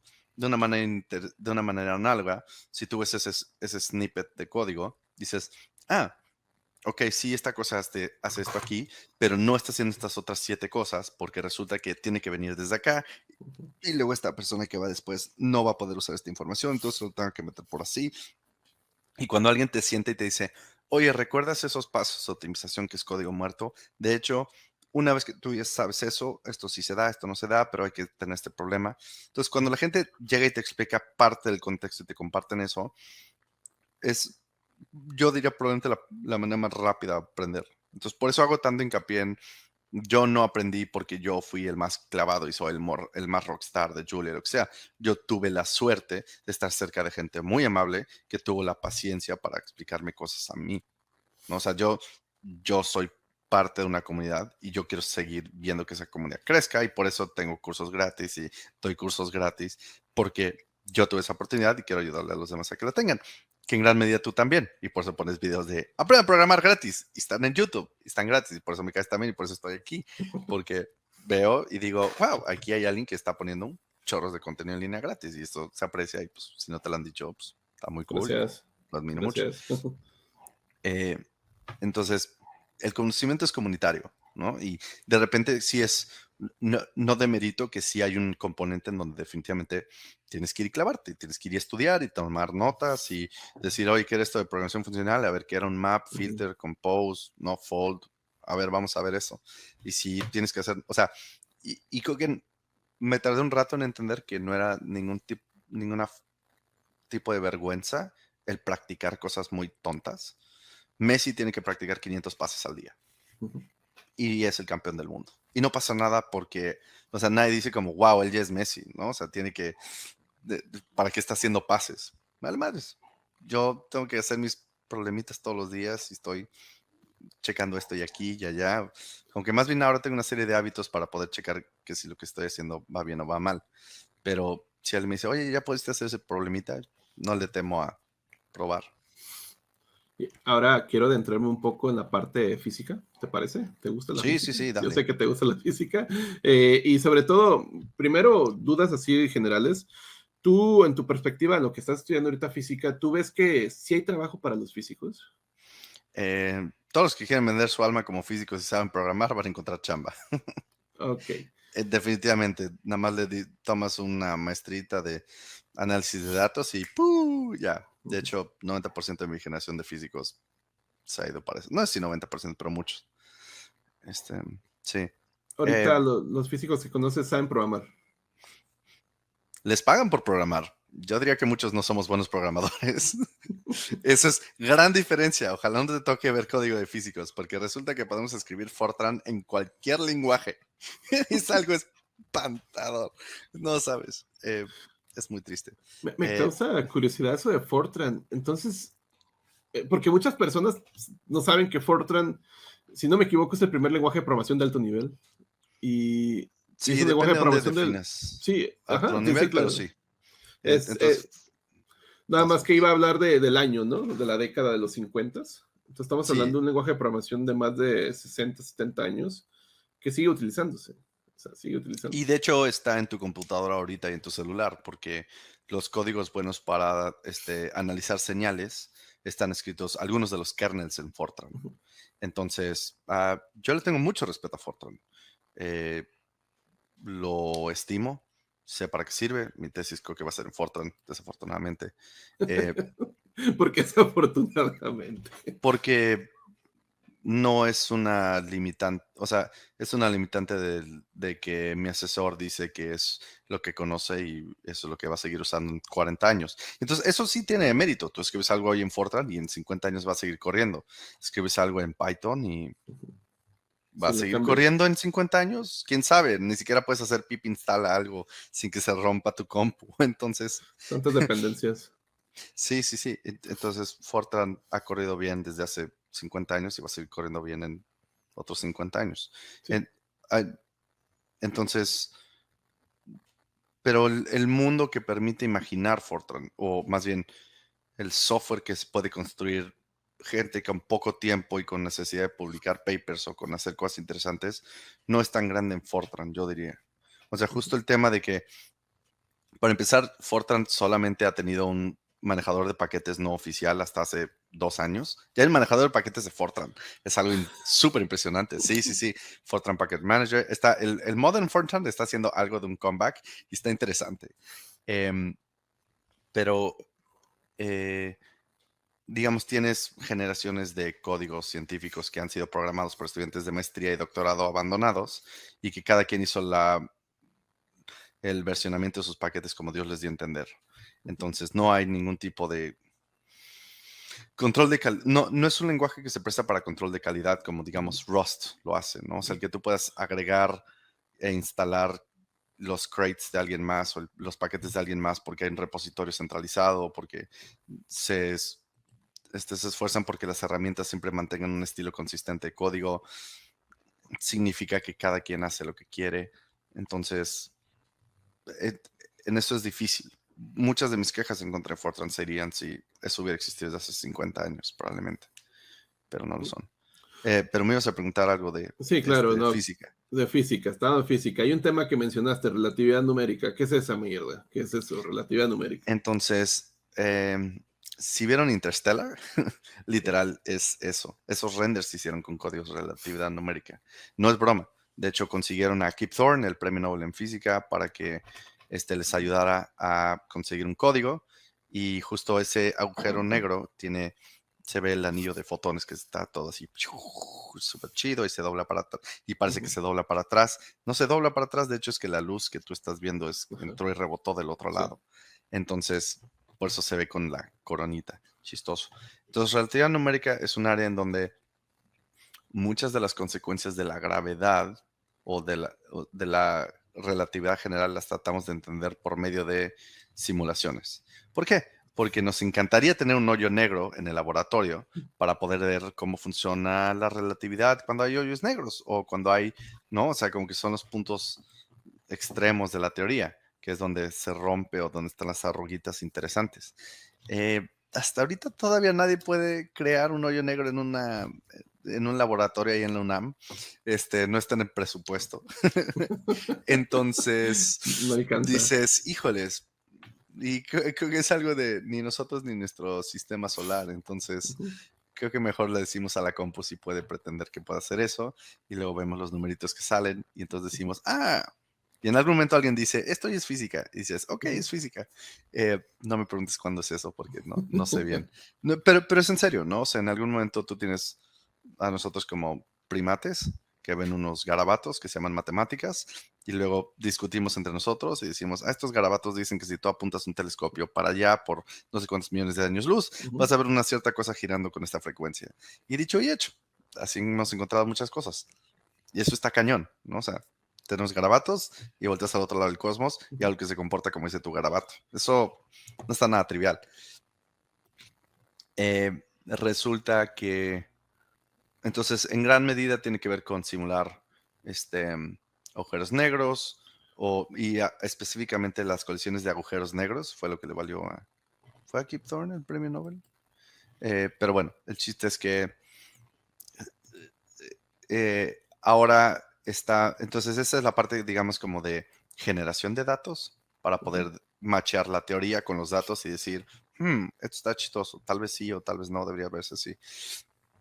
La parte cool en donde tú puedes tener estas simulaciones es que tú dices, entonces cuando dos agujeros negros como que van, colisionan, la señal que emiten debería parecerse así, entonces se ve, se hace como un, ¿no? Así como notificación de Slack, así. Y entonces lo interesante es que tú puedes calcular o tú puedes ver esa onda siendo emitida por tu simulación.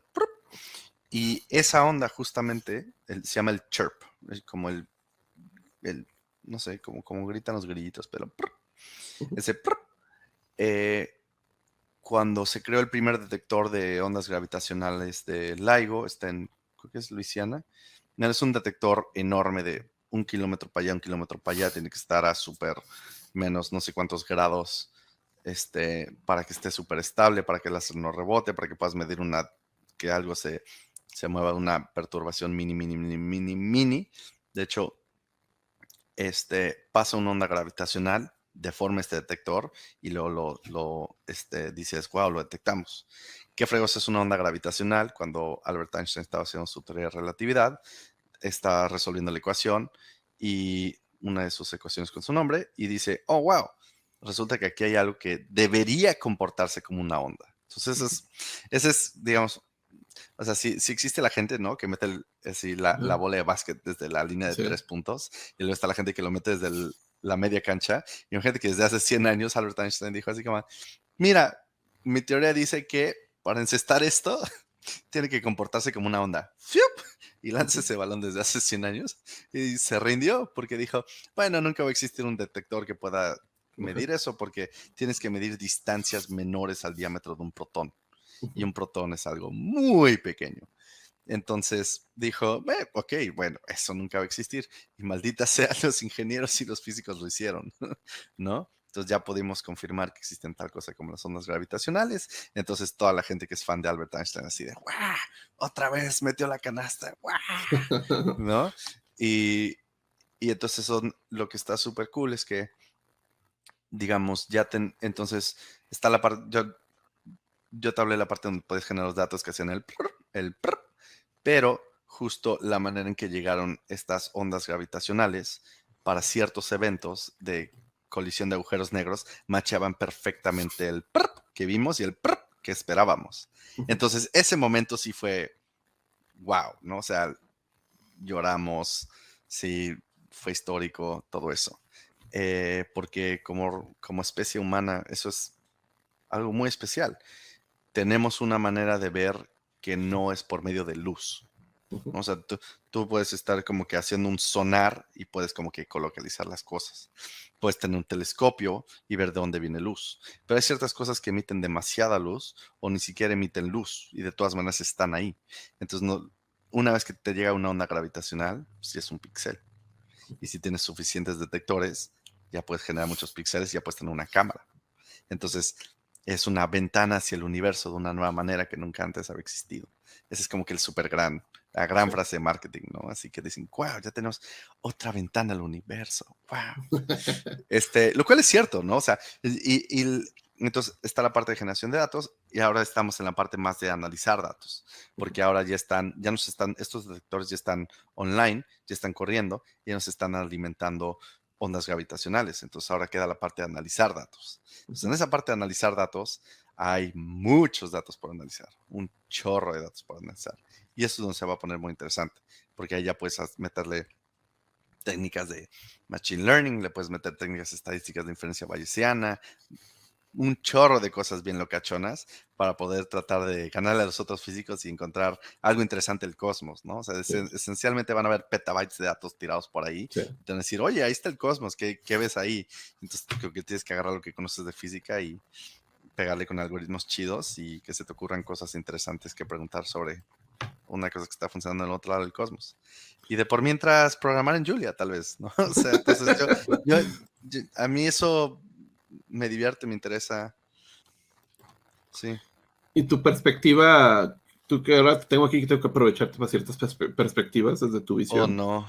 Claro que sí. Los hot takes no van No. a parar. El- para ti, ¿cómo sería caer en un agujero negro? ¿Tú cómo Doloroso. describirías eso? Muy Doloroso. doloroso. De ¿Pero todas qué las maneras verías? posibles.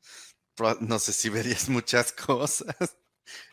Hay como 20 maneras en cómo mueres muy rápido, feo, antes de llegar a un agujero negro. Entonces, pon tú, la primera es la primera manera en que te mata un agujero negro espantosamente es hay un anillo de radiación, porque Ujú, siempre están, casi siempre están girando. De hecho, en la ujú, naturaleza están girando. Entonces, hay una, hay una cierta distancia lejos de un agujero negro en donde tienen un chorro de fotones que solamente están así dando vueltas. Eh, pero eso todavía no es la parte más cercana. La parte más cercana es probablemente el disco de acreción. El disco de acreción es donde hay un chorro de gas o materia que han absorbido de otra cosa que ha estado por ahí y que está dando vueltas y que se ha estado acelerando y teniendo fricción de una manera impresionante. Entonces, de hecho, nosotros podemos ver la foto que salió del agujero negro. ¿Te ujú. acuerdas que era como una dona Sí, toda sí. así, toda borrosa? Pedorras. Uh, este, pero todo eso, todo ese anillito de fuego es materia alrededor que está demasiado caliente que emite luz. Entonces, antes de que tú llegues al agujero negro, probablemente estás pasando por esa misma turbulencia de cosas que te van a destruir a ti y a todos tus átomos de manera Un sauna espantosa. cósmico. Exacto. Tú te acabas de entrar a un sauna cósmico que no te la acabas. Entonces, todavía ni llegas a. Entonces, después del sauna cósmico, llega probablemente a la barrera de fotón, digo, al cascarón de fotones. Entonces, hay una parte en donde están todos los fotones ahí rondando.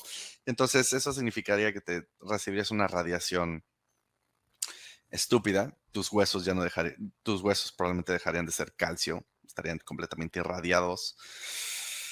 O sea, tú como humano no sobrevivirías a esa cantidad de radiación por muchos, déjate un segundo, por Ujú. microsegundos. Em, entonces eso sí, ya pasaste el anillo de fotones. Y luego está girando. Y entonces si está girando, creo que giran muy rápido. Entonces hay dos cosas que suceden en ese momento, que es el, como está arrastrando tanto espacio-tiempo conforme gira, Ujú. em, y lo hace tan rápido, tus pies y tu cabeza. Entonces, pasan dos cosas simultáneamente, creo. Se llama espaguetificación. Entonces, la espaguetificación es, y es un término, está en Wikipedia, es wikipediable. No sé si ya lo has leído. No, nunca he leído ese. Entonces, la gravedad es tan fuerte, y no solo, o sea, la gravedad es brutal en tiene una intensidad impresionante. Pero no solo tiene una intensidad impresionante, sino que es mucho más fuerte si está más cerca de tus pies que de tu cabeza, pero Ujú. muchísimo más.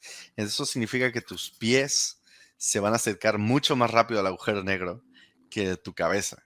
Entonces, por eso se dice espagueti, porque te van a hacer así, te van a hacer, este, Código de Julia espaguetiuso, ¿no es cierto? Código sí, de exacto, JavaScript. exacto. No, pero el chiste es que entonces, no solamente te van a hacer te van a aplastar como escuincle, esto va a estar sucediendo mientras rota. Entonces te van a hacer, ¿no? Así como chicle, cuando sacas el chicle así, ¡wup! Así te van a hacer. Pero, y eso ni siquiera sería un efecto que tú podrías resistir con materiales suficientemente Ujú. interesantes. Es el espacio-tiempo se está deformando de esa Sí. manera.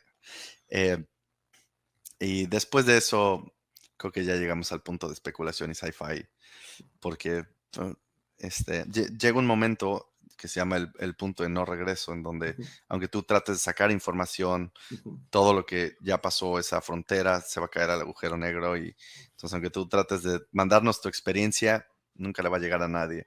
Entonces, sí, no te la pasarías muy bien, no lo recomiendo. No Si nos ofrecen recomiendas.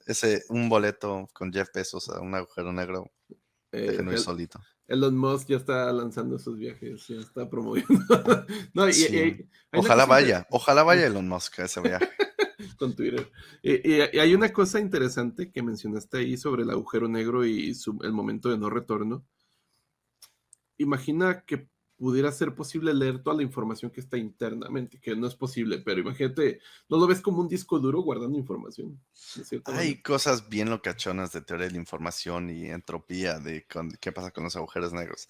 Voy a ser muy honesto y no conozco suficiente física para Ujú. decirte que sí, que no puede pasar. Perdón, soy aburrido en ese sentido. Si ya la gente me dice como, oye, ¿qué pasaría si hubiera gravedad repulsiva? Es como, ok, pero no hay. No hay. Entonces, no solamente empecé como preguntón cuando me decían Sí. cosas que no son físicamente posibles, nomás dices, no, no se puede. Sí, Y o el término también la teoría del agujero blanco, ¿no? Que es, nunca lo han detectado, sí, sí, esté sí. votando. Y bueno, Em, hay una cosa que te quiero preguntar respecto a esto también, pero un poco el origen del universo, pero tu perspectiva. ¿Tú crees que se puede explicar con las matemáticas y física o crees que sea imposible explicarlo con matemáticas y física por nuestras capacidades humanas?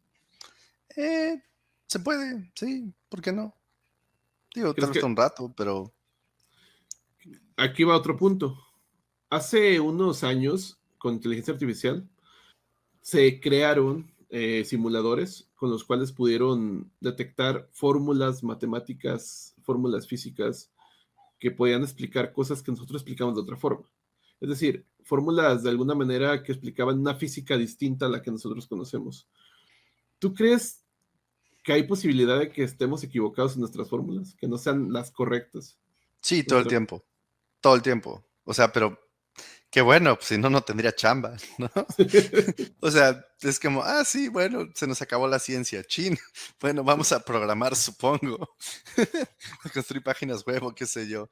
Em, pues, no sé, como que hay una manera de ver el mundo en donde es como, oh, la ciencia dice, pero tal vez están mal.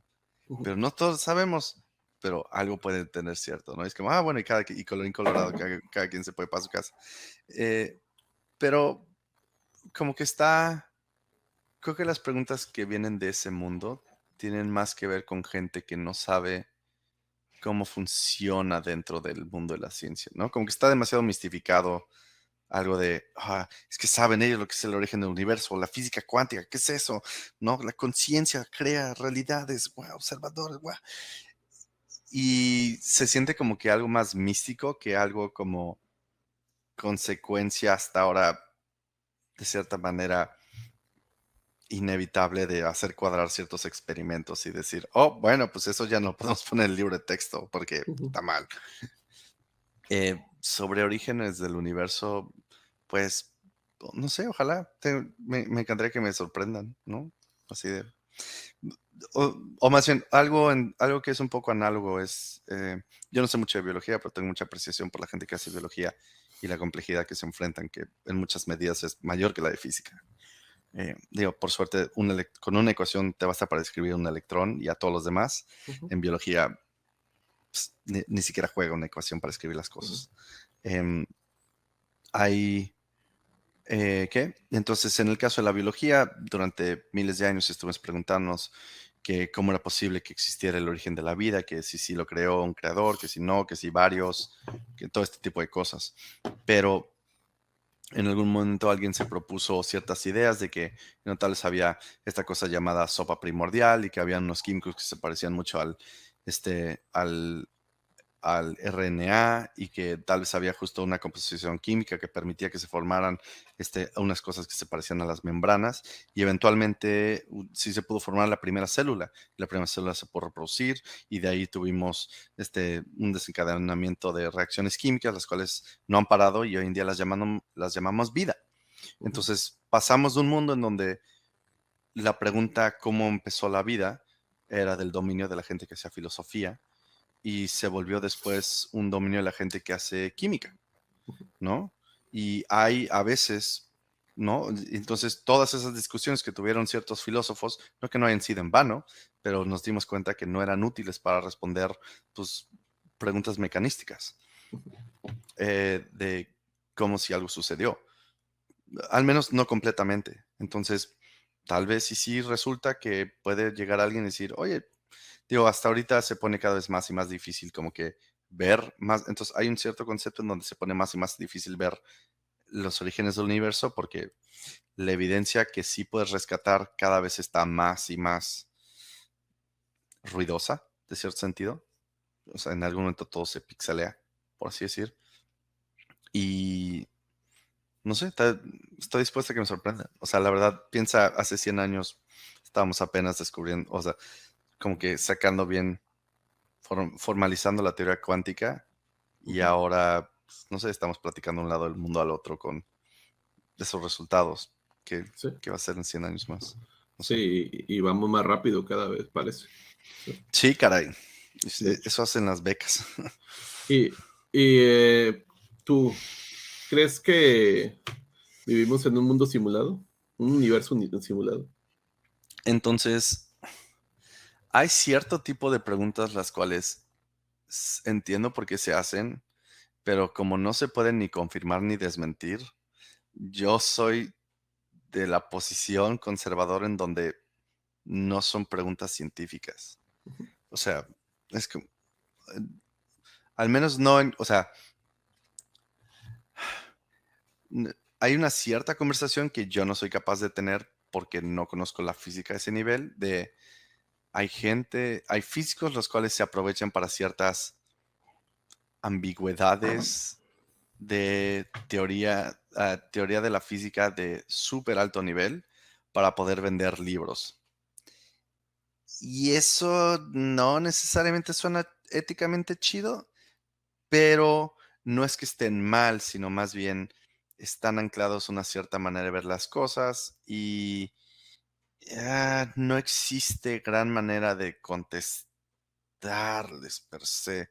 O sea, porque hay como 30 personas en el mundo que sí saben, bueno, no sé si 30, pero no hay más de 1000 que sí saben justo las propiedades holográficas de los modelos en donde tú sí tienes ese tipo de sistema cosmológico y entonces puedes como que entender, pero es que en teoría de cuerdas esto, ¿no? Y es como, o no sé si teoría de cuerdas, pero el chiste es, existen 1000 de esas personas y pues de las que están dispuestas a discutir con gente diciendo cualquier cosa en la radio, no sé, hay 20. Entonces, se pone raro porque, ok, si vivimos en una simulación y luego, ¿qué? ¿No? O sea, muy de, estamos en la Matrix, ok, Ujú. mi cerebro inventó todo lo de la Matrix, wow, impresionante. Sigue teniendo leyes y sigue teniendo reglas, y igual las puedes Ujú. matematizar en cierta medida, entonces, pues, llego al dentro, ok, estamos en la Matrix, le cambiaste la etiqueta a nuestra realidad, y luego, ¿qué? O sea, ¿qué cambió fundamentalmente, no? Em, no sé, hay algunas que sí son como de, no, no sé si inconsecuentes, pero no, tam- este, tienen esta manera de hacer que la gente se preocupe por algo que ni siquiera podemos o sea, que no podemos todavía ni comprobar. Entonces, hay una cosa hay una buena frase de Christopher Hitchens que es lo que se puede asegurar sin evidencia se puede, este, descartar sin evidencia, ¿no? Si ni siquiera sirve, ¿para qué? Sí. ¿Crees que nos sirva al final si sabes que vives en un universo simulado? ¿No crees que cambiaría no crees que cambiaría globalmente la visión como se tiene Por religiones? supuesto. Sí, pero eso es una pregunta para, no sé, sociólogos, filósofos, para alguien más. Pero como físico, Ujú. o sea, no que esa pregunta no es interesante, no es interesante para gente haciendo física per se. Ujú. Sí, o sea, si tú me dices como, es que esto podría ser, y yo, ok, pero ¿existe? O sea, es la realidad física. Una pregunta muy distinta es cómo la gente lo interpreta, cuál es su relación social, Ujú. o sea, eso es preguntas súper ricas, eso súper vale la pena. Nada más yo diría, eh, si llegas con un físico y le preguntas y dices como, no lo puedo comprobar, te dirían como, bueno, pues avísame cuando Puedas. se te ocurra, o no cuando puedas, porque hay muchas cosas que fueron conjetura Ujú. antes de probarse, ¿no? Sí, Como claro. el Higgs bosón o las ondas Ujú. gravitacionales, por un buen rato fueron pues, sueño mafufo de alguien. Pero decían, no, mira, tal vez sí hay una manera, y entonces, no sé, ¿no? Pero regresas y dices, oye, creo que ya lo puedo medir. Entonces ya estamos platicando, ¿no? O sea, ahí sí, Ujú. como físico ya le entro. Como persona sí diría como, no, hombre, pues si estamos en una simulación, yo sí quiero hablar con la persona que programó mis parámetros, porque no mames, yo quisiera tener menos horas de sueño y poder seguir funcionando. O sea, tengo muchas quejas, tengo bug fixes, ¿qué pedo? Yo quiero hablar con con esos, con mi dev. Eso se la bañaron, caray. Sí. Sí, sí, sí, entiendo las dos posturas. En cuanto a la física, es irrelevante porque igual estás aquí dentro y hay reglas y ahí esas reglas pues no cambian, ¿no? O sea, a Y final de al parecer cuentas. no cambian, todavía no han cambiado. Sí, Eso es como que otro súper gran, como que, oigan, todavía no pasan, ¿no? sí, Eh, todavía. Las constantes siguen siendo constantes, no cambiaron, entonces no pasa nada, ¿no? O sea, eh, técnicamente sí hemos tenido medidas más precisas de ciertas constantes fundamentales, ujú. eh, pero muchas de las... Oh, espérate, ¿vale la pena decir que nunca han cambiado las leyes de la física? No necesariamente, porque sí les van, más bien vamos encontrando casos especiales, más y más pequeños, ¿no? Sí, claro, mecánica Eh, cuántica, ¿no? Justo, entonces física newtoniana funciona mucho para cosas que no eran ni muy rápidas ni muy pequeñas.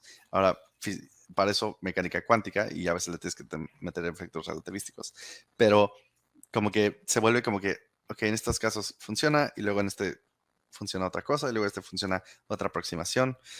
Em, pero igual son aproximaciones. Pero no sé, como que ¿no? Las piedras igual, las gotas de agua igual caen sin importar cómo las describamos. Entonces, Más bien es eso, ¿no? Siempre han estado ahí, la verdad absoluta ha estado ahí, pero no la conocemos al no 100%. sé si, sí, no sé si siquiera es, es un tema de decir, está allá afuera y existe. O sea, no como verdad, sino más bien como, pues esta cosa sigue pasando. Y ya está. No, ajá. O sea, más allá de existe una verdad, es como, no, esa gotita hizo eso. Así como, siguen haciendo eso. Si le picas así, sí hacen así. Así como de, no sé qué vale, no sé qué vale la pena como que poner un concepto extra como verdad. Así Ujú. como, esto es así. Es como, no, pues nuestra simulación sigue haciendo que la maldita gota brinque así, ¿no? Y eso, que sepas que estás en un universo simulado, no cambia que la gotita siga cayendo, al final de cuentas. Ese es el punto. Todavía no, todavía no le cambian el code. Pero bueno, ¿qué sigue, Miguel? ¿Qué proyecto sigues? ¿Qué es lo que tienes? Un futuro próximo. Em, ahorita he estado trabajando en Rust, en un proyecto de, en un grant de la Rust Foundation, en un proyecto de tutoriales para instrucciones de vectorización, SIMD. Ujú. No sé si has llegado a ver No, instrucciones SIMD. no, nunca he visto. ¿Qué es eso? Entonces, tu computadora tiene en el chip, tú tienes ciertos registros en donde tienes unos registros de propósitos diversos, Sí. tienes algunos lugares donde puedes poner banderas Ah, sí. y luego tienes otra parte en donde tú tienes se llaman registros de vectores, Ujú. vector registers en inglés. Entonces, en esos registros de vectores, tú puedes meterle, digamos, 4 flotantes en Ujú. vez de uno solo. Esos 4 flotantes los puedes sumar todos. Espérame, déjame poner las manitas. Puedes poner ahí está 4. Puedes sumar estos 4 con estos 4 ¡pup! En un solo ciclo, ¿no? Una vez que ya los cargaste. Y si tienes muchas operaciones de flotantes que hacer, entonces eso significa que estás operando sobre 4 a la vez, no sobre uno a la vez. Entonces es una manera de tener paralelismo de muy bajo nivel. No es la estrategia de paralización para todo, pero para muchas cosas que están haciendo operaciones de punto flotante es algo muy, muy, muy importante para tener performance. Entonces, he estado trabajando, acabo de dar una presentación de un tutorial de eso y voy a estar siguiendo programando en eso y tratando de estabilizarlo en la biblioteca estándar de Rust. Entonces, Ujú. aquí tengo mi librito de confianza. Este es mi, dice Modern x86 Assembly Language Programming y luego llegan aquí estas cosas que se llaman AVX, Ujú. AVX2 y AVX 512, ¿no? Entonces, esas son el tipo de cosas las cuales te advierten en la vida que por favor reconsideres tus opciones de qué es lo Sí. que te llevó a este camino, pero hacen que tu código vaya muy rápido. Sí, Entonces, claro. como tiene que ver con código muy rápido y de bajo nivel, yo dije, yo le quiero entrar. Entonces, eso me entusiasma. Em, de por mientras, también voy a estar presentando ahorita en la JuliaCon, que va a ser gratis el 26, 27, 28 de julio. Ajá. Y va a estar todo gratis en línea. Entonces voy a estar aquí con mis amiguitos presentando esas cosas. Y todo eso vamos a ponerlo en la descripción. Ya saben, este tipo de contenido ha sido muy distinto a lo que siempre grabamos aquí. Esto ya saben que está en Spotify, está en YouTube. Pongan pulgar arriba, suscripción, seguir a Miguel por todos lados, hasta OnlyFans, en todas partes, seguirlo. Hey, tengo GitHub Sponsors, lo cual es casi lo mismo, pero con código de por medio. Y van a ver su desnudez en su código. Entonces, ir ahí a visitarlo. Quiero agradecerte, Miguel. Espero que no sea la única vez que vienes por aquí. Y pues nada, pues muchas gracias a todos. Y si llegaron hasta aquí y no les gustó, ya se chingaron. Adiós.